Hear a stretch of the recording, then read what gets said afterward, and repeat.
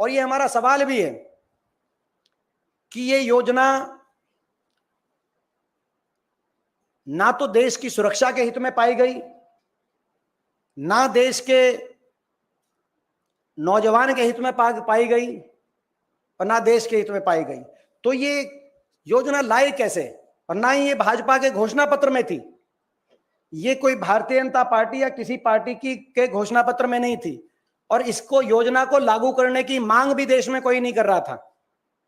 ना फौज कर रही थी, देश का कोई नौजवान कर रहा था, ना भारतीय जनता पार्टी के घोषणा पत्र में ये योजना थी, ना देश का कोई वर्ग कह रहा था अग्निपथ योजना लेके आओ।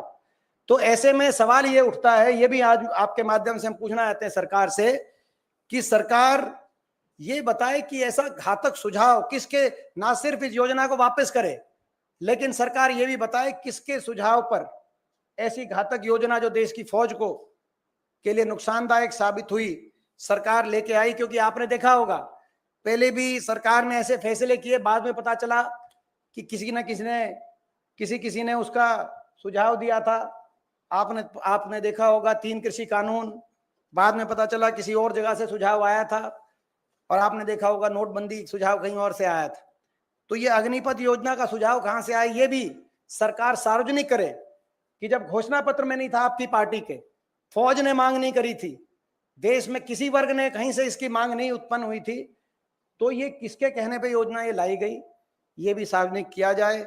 हम मांग करते हैं, देश की फौज हमारे देश का गौरव, एक ऐसी फौज जिस पर हम सबको गर्व है, और जिसने हमेशा देश के तिरंगे को ऊंचा रखने का काम किया है।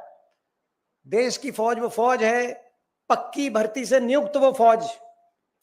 देश के 75 साल के इतिहास में उस फौज पर और फौज की भूमिका पर और फौज के शौर्य पे कोई प्रश्न चिन्ह नहीं लगाया जा सकता। 75 साल में सरकारें किसी भी पार्टी की रही होंगी, मगर तिरंगा हमेशा ऊंचा रहा है। चाहे 71 में इंदिरा जी के नेतृत्व वाली कांग्रेस पार्टी की सरकार के दौरान पाकिस्तान के 2 टुकड़े करके दुनिया के भूगोल को बदलने की बात रही हो, और चाहे 99 में उस समय चाहे एनडीए की सरकार थी, वाजपेयी जी प्रधानमंत्री थे, उस समय करगिल के चोटियों पर पाकिस्तान का शीश झुकाने की बात रही हो, देश की फौज ने, पक्की भर्ती से नियुक्त फौज ने हमेशा तिरंगे को ऊंचा रखा था।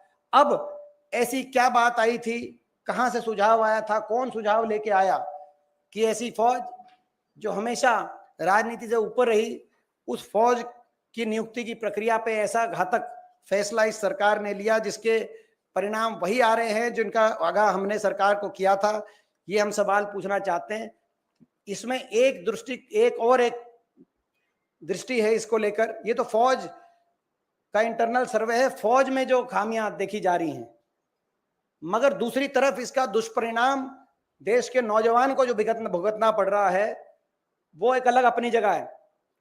सबसे पहले जो अग्निवीर हैं, और इसीलिए हम कह रहे हैं 60-70% का क्या है, जो 30-40% रह जाएंगे, क्या वो अपनी छाती पे गोली नहीं लेना चाहते देश के लिए, और क्या उनको शहीदी का दर्जा आप नहीं दिलवाएंगे?